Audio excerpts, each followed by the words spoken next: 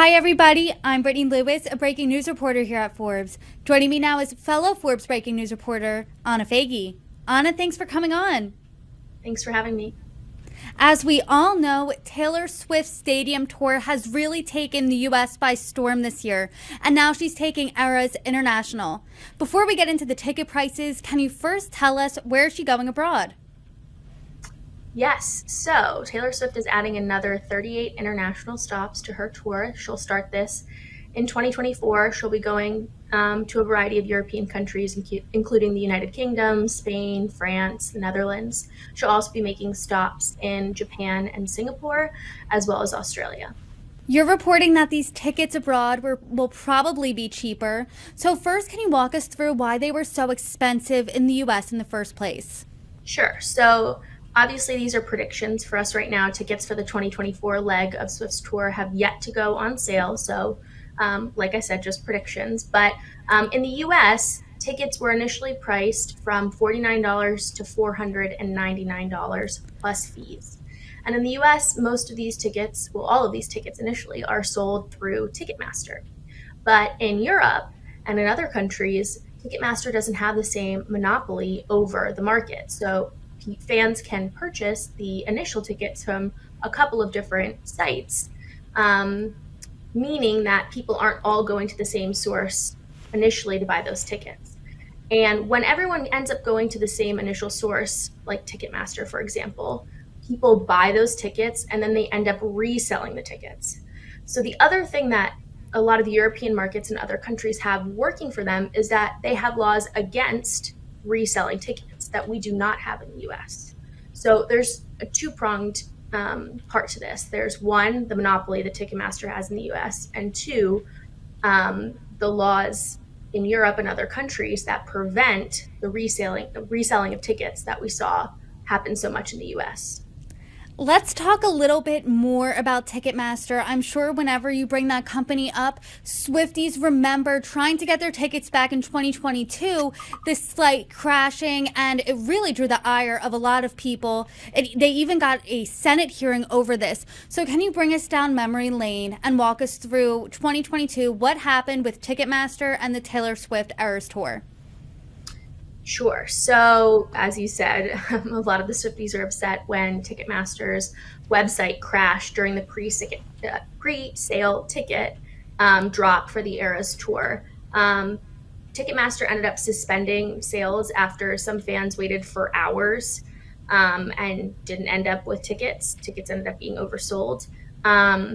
Swift and Ticketmaster went through this kind of public exchange of Taylor Swift saying, Ticketmaster assured me that everything was going to be okay, and Ticketmaster kind of putting the blame on, one, the high demand, but also bots and technological issues like that.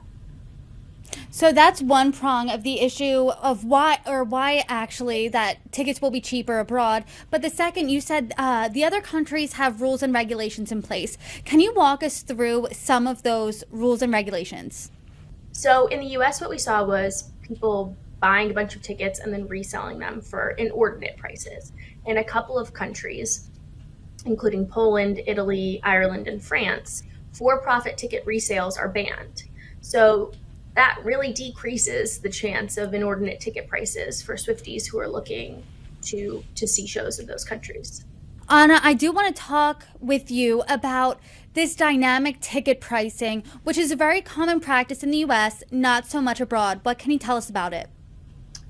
Yeah, so dynamic pricing is basically adjusting the ticket prices based on demand. So what Ticketmaster can do is, as people are checking out, if they see that demand for a concert is quite high, they can increase the prices of those tickets. Now, they can also decrease the prices of the tickets if they're not seeing a huge demand.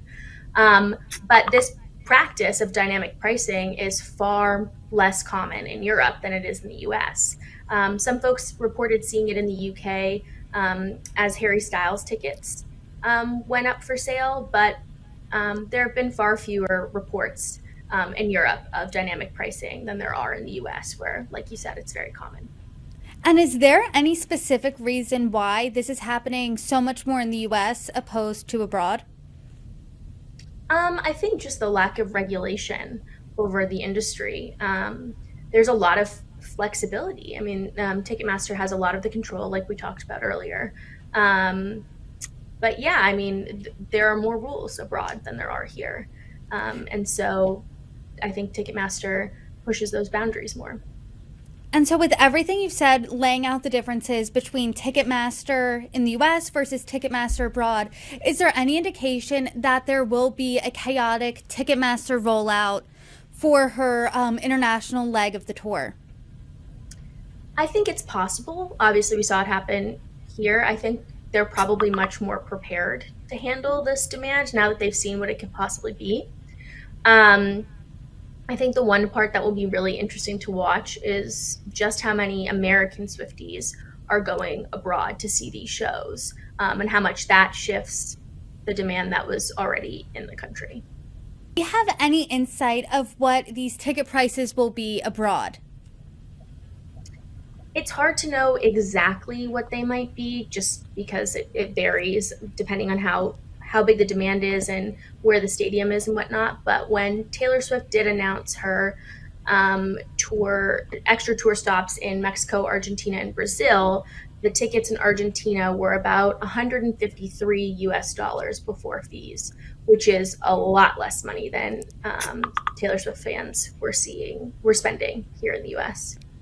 Let's talk about how much they were spending. What are some of those highest tickets that you saw, at least? I know some of them were in the thousands. A lot of them were in the thousands, a lot of them. We saw prices in our research that went all the way up to $92,000 for a ticket.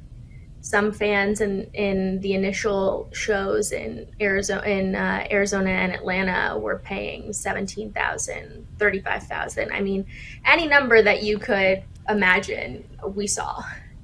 Wow, you could buy a car, you could pay at least some of your college for one ticket price. I mean, the show's over 3 hours, but you could pay for a lot based on that price.